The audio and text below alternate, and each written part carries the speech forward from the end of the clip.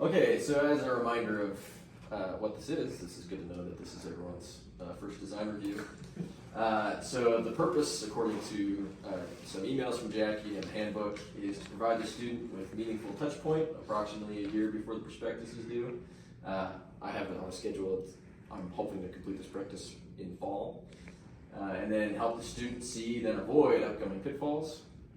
In general, give the student new views on their problem and provide valuable insights for the student and the chair. Consider while preparing our prospectus. So, first, I'm going to go give the hypersonics background, why they're important, what they're doing. I'll give my problem statement, research objectives. My proposed research, this is the bulk of the presentation. I'll show you the methods I'm choosing, progress I've made towards those already, and then some foreseen challenges. Anticipated contributions, those are some papers, the papers that I've outlined to write, as well as the schedule. And let's go. All right, so what are hypersonics? Hypersonics is anything that goes faster than Mach 5. Some examples are cruise missiles, ballistic missiles, re-entry vehicles, meteors, anything that's traveling faster than Mach 5. And re-entry is definitely above Mach 20, and that's often a lot of the problems we consider. At these speeds, there are different dominating physics than other aerospace applications. The dominating physics here are often temperature. The reason for that is because of these shock waves. And this is a good picture of an image of some shock waves going off of the vehicle here. Shock waves occur for supersonic, but when it comes to hypersonic, the increase in temperature and pressure is even more drastic, causing it so you can't even use the ideal gas law in modeling it, or it's no longer calorically perfect, and the temperature is much higher, causing a lot of problems there. So that's one reason we care about the temperature changes in hypersonics. It's often the main design concern when we're trying to optimize geometry.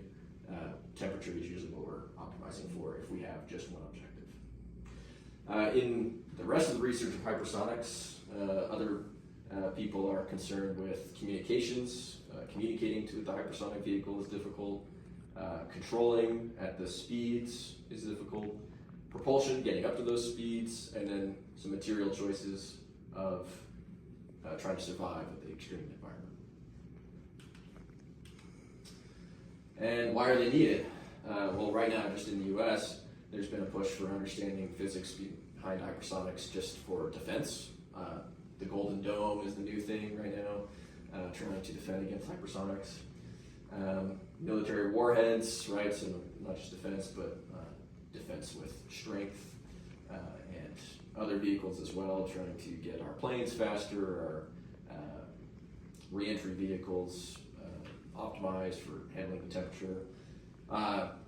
There's also terrestrial travel, so there's re-entry in other planets that we're concerned with in hypersonics, so, which is all a big push right now. What I've decided to choose my focus of research is on the geometry optimization. And the reason for this is because it helps all the other aspects of the research of hypersonics right now. So being able to optimize the external but also internal geometry of propulsion systems in hypersonics, I'll be able to improve aerodynamic concerns, whether it be drag or lift, heat, we can work on the decreasing temperature effects, where the shock locations are, so we can either mitigate or use some shock and wave advantages there, or sound. That's a concern too. We can optimize the geometry to try and decrease the sound effects as well. So why are they difficult? Like we discussed, hypersonics experience extreme environments, very high pressures, very high temperatures. For example, Apollo 11 experienced Mach 36, which gave it a temperature of 11,000 Kelvin. And for reference, the sun is 5,800 Kelvin. And so even though it didn't experience that for that long, it was just in the upper atmosphere that it was experiencing that, that's still pretty extreme. So we want to try and design so we can survive those and use them to our advantage. Testing is also difficult. This is a picture of the Mach 6 wind tunnel at Boeing, not Boeing, it's the Boeing Quiet Wind Tunnel, but it's at Purdue. And which I've used to help validate some of my simulations. Anything above Mach 6 or 7 with a wind tunnel is kind of impractical. For one, it's expensive, not just to build, but to run. And infrastructure is also a problem. To get the stagnation pressure, to get to those speeds in the wind tunnel, you need giant tanks, and very structurally sound tanks. So it's difficult to test in wind tunnels, which leads us to flight testing, which is expensive, not just for fuel, but making the physical model of a missile is very expensive. And it's hard to schedule. There's a lot of red tape around ballistic flight or orbit or re-entry from orbit. So that leaves us with simulations. And simulations are kind of the standard for designing hypersonics right now. However, they take a long time, and they don't have a lot of the design capabilities that other aerospace applications have when it comes to CFD. And I'll mention some of those in just a second. One of the problems of why it takes so long is that temperature, being one of the main design concerns, takes a very long time to resolve in a CFD simulation. And part of the reason for that is just because it's very stiff within the energy equation in the CFD modeling. And so it takes a lot more iterations to try and get the temperature to relax, especially when you want the temperature to get down to the body of the geometry. It becomes especially a problem if you're traveling at between Mach 5 to 10. Between Mach 5 to 10, you're likely to experience transition from laminar to turbulent. And once you transfer to turbulence, you need to get your Y plus below 1 to resolve the boundary layer off the body. So this is a picture of a simulation I did on an elliptical cone that was transitional. And to get the accurate transition of turbulence, I needed 80 to 100 prism layers. And so to get down to the body, the surface, the temperature has to go through many prism layers, and it just takes a long time. Another problem is adaptive mesh refinement. So adaptive mesh refinement is shown on the left here. This is a picture from Siemens, and I've actually talked to Dr. Hankey, who did this simulation, and this is on the HL-20, which is a descendant of the space shuttle, so a re-entry vehicle, about Mach 20 to 25. And the mesh refinement is a way that we can use in hypersonics to find out where the shock wave is going to be. And so certain software has capability to find where gradients, high gradients are happening, either pressure gradients or Mach gradients, and to refine the mesh in those gradients. And if that occurs, then we can get a better definition of where the shock wave is going to occur, which the location is important for us because, especially on the external geometry, we want to know what are the pressures going to be and the temperature is going to be, and things like that. And that can take a long time because, one, you have to remesh every now and then, and then also you're refining the mesh, aka adding cells, and so it's going to add computation time. Another problem is the equilibrium and non-equilibrium models. Like we said already, the gas at this temperature is no longer calorically perfect. You can't use the ideal gas model for above Mach 8. And so you need to use what's called the equilibrium model. And the software, it's easier for the software to compute. It's just a table lookup. What it is curve fit data to empirical data. And so it's just a table lookup, but the problem with that is that you can't get derivatives. And so when it comes to designing, derivatives are more helpful in trying to optimize the geometry. And so that makes it, we can't do that with the software. There's no capability yet. And then there's a continuum assumption that may fail. Most of these speeds that we're hitting, like Mach 30, Mach 25, are happening in the upper atmosphere. And so the continuum assumption may not be valid anymore. And so, which means we'd have to use more complicated equations and models that increase the computation time. So this background brings me to the problem statement. Designing hypersonic vehicle geometries requires rapid shape iteration to explore performance trade-offs and configurations. Traditional methods like physical testing and high-fidelity CFD are expensive, both financially and computationally. So my solution is that I would like to create surrogate models. And surrogate models offer a fast and efficient alternative, enabling rapid approximation of CFD outputs. This accelerates geometry iteration, allowing broader exploration of the design space and faster identification of optimal solutions. Then my objectives is, first I would like to create a surrogate model. And this would be used to approximate simulation data and calculates quantities of lift, drag, heat flux, and shock location. Two, I would like to develop an optimization workflow from this surrogate model, and then that would optimize the external geometry of the reentry vehicle or ballistic missile or whatever geometry. And then I would like to design a modular tool that can create a surrogate model from any of this CFD data, then perform shape optimization. So, methods.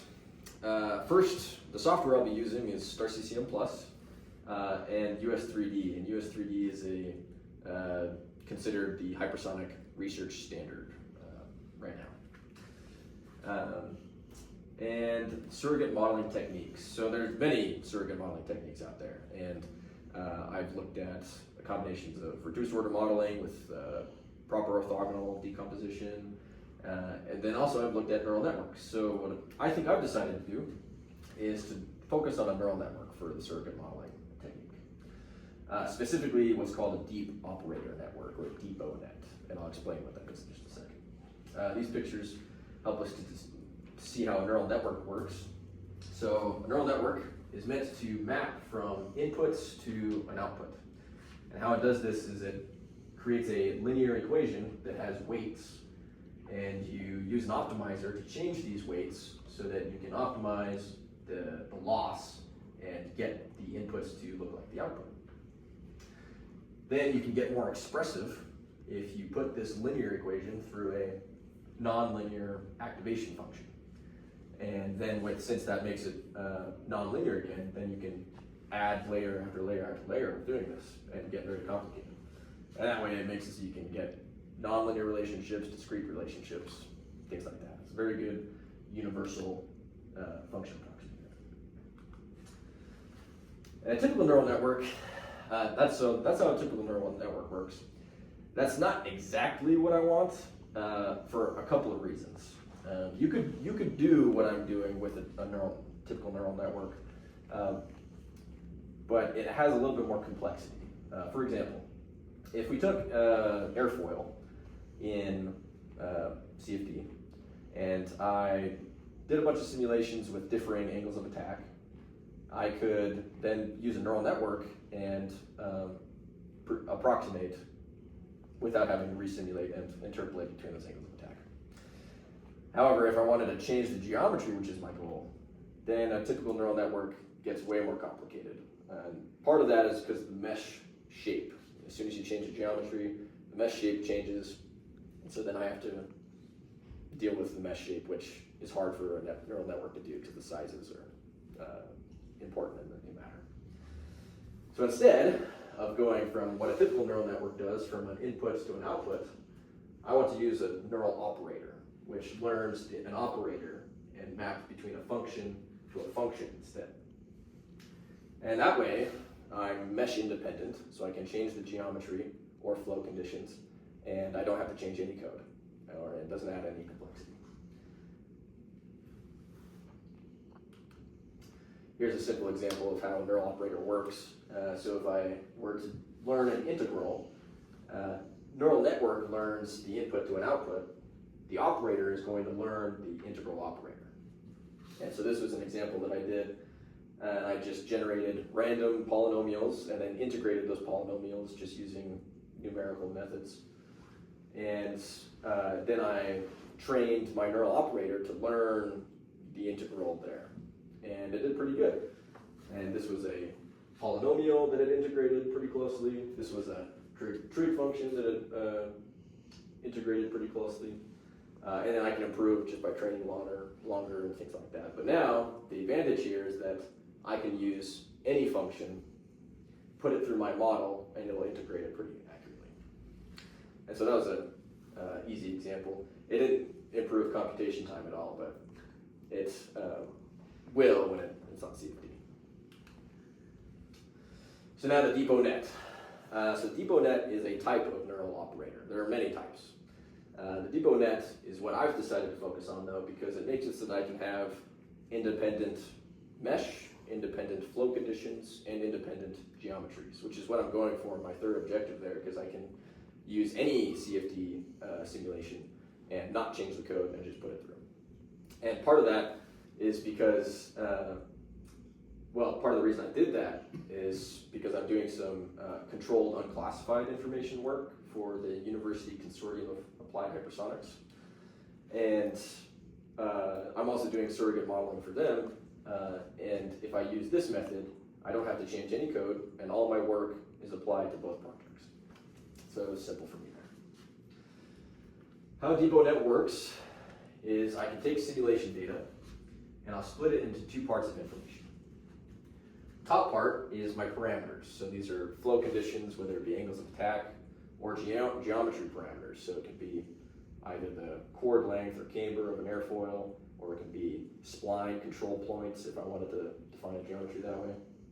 And I put it through a branch network, which is a normal neural network, and it learns how are the outputs affected by the parameters.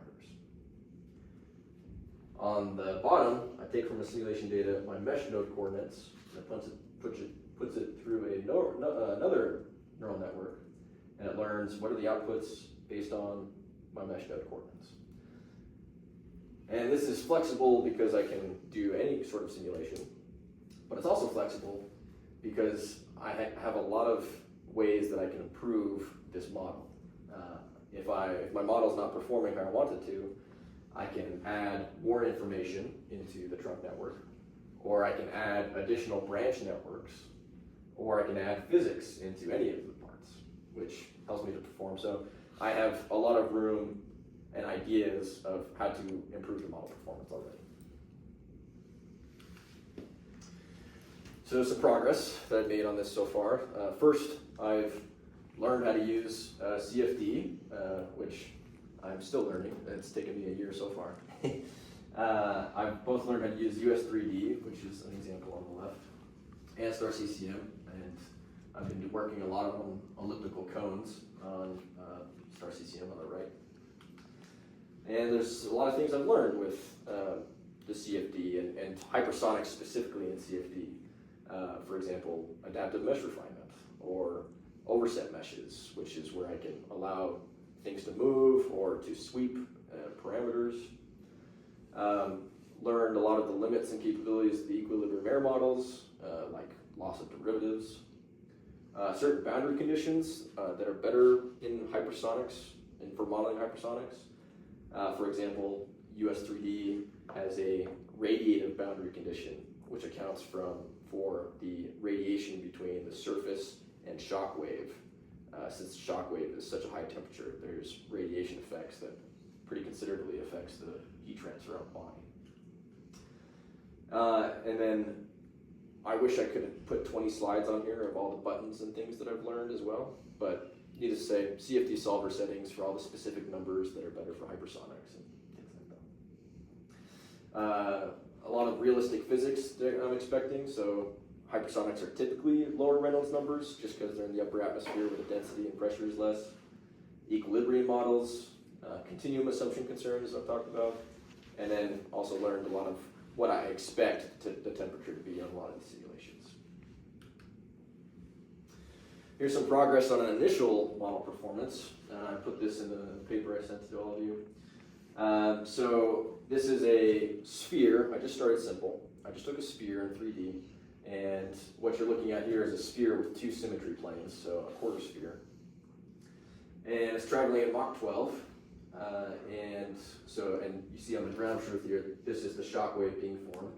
I put these pictures on here specifically to show the adaptive mesh refinement being used, which you can kind of start to see the cells splitting along the shock wave. This first iteration of using the DepotNet to model this had an error of 42%. The relative L2 norm error, this is the equation here. What it's saying is it took all of the values of density, compared it to all the values of the true density, and then divided by the magnitude of the truth. So it's saying it's off by 42%. Even though the error is high, it was visually promising because you can start to see it's starting to understand that there is a shock wave here, and I got the leading edge of the sphere pretty good as well. So it was a promising start. This was even better though. So this I took even simpler, 2 dimensions, and I took a semi-ellipse. And on the left is what my model predicted. In the middle is what my CFD data gave. And on the right is absolute error. The majority of this error is in the shock, which I expected, because that's where all the high gradients are, and values are changing a lot more, so I expected the model to learn that less. And that gave a density error of 6%. So a lot better, a lot more promising. So now I'm just continually improving on this. Hopefully get up to 3 dimensions. 3 dimensions is just by nature a lot harder because it's a lot bigger. Some geometry that I hope to use in this surrogate modeling is I have the HiFire test missile, which is the elliptical cone I've been working on. The Orion re-entry capsule, which Dallin has been working on a lot, and I'm very excited for his data. And the HL20, which Siemens has, the geometry for the HL20. And if I get to this point in my, along my PhD, it'd be great because I can show a more complicated geometry and being able to learn that and optimize that geometry. Some challenges that I'll probably see. We already know data generation is going to be a challenge. It takes a long time, and I'll be on the order of 50 to 100 simulations for training. And validation, validating those simulations has already proved to be difficult just because heat transfer between different softwares, for example, even then is difficult. So trying to get good heat transfer results can either take a long time or needs proper boundary conditions, which is difficult. So then extending the surrogate model to handle any geometry is also going to be difficult. It has to be very robust and flexible and have a lot of information, and so that's going to be difficult trying to get all the techniques all in one place. Some solutions to these challenges: I hope to train the model using the supercomputer GPU, and that will help me to iterate on it faster. I would like to utilize undergraduates to help me generate some CFD data. And I'm taking a bunch of classes to help me learn some complex physics. I'm taking the statistical thermo class, compressible flow, advanced heat transfer classes, and aerodynamics. That all apply into the physics of my model and help inform it. These are the papers that I'm planning on writing. So first it'll be on the creation of the surrogate model and the methods in that. And then once I have that surrogate model, the next paper will be using that surrogate model and creating some sort of optimization workflow to optimize the geometry. And once I have those 2 things, then the third paper will be on creating an open source tool that accepts any sort of collection of hypersonic CFD data and trains on it, and then creates a surrogate model, and then optimizes the geometry. And this is my schedule. So this year, we've already passed qualifying exams and doing a research design review. September is a little arbitrary. I hope in the fall to have defended my prospectus, and in December have submitted paper 1 to journal. The next few years, I'll be attending University Consortium of Applied Hypersonics conferences, as well as SciTech conferences, and be submitting abstracts and papers to their journals as well for the next couple of years. And hopefully by 2028, I'll have defended my dissertation. And I think that's it. Are there questions?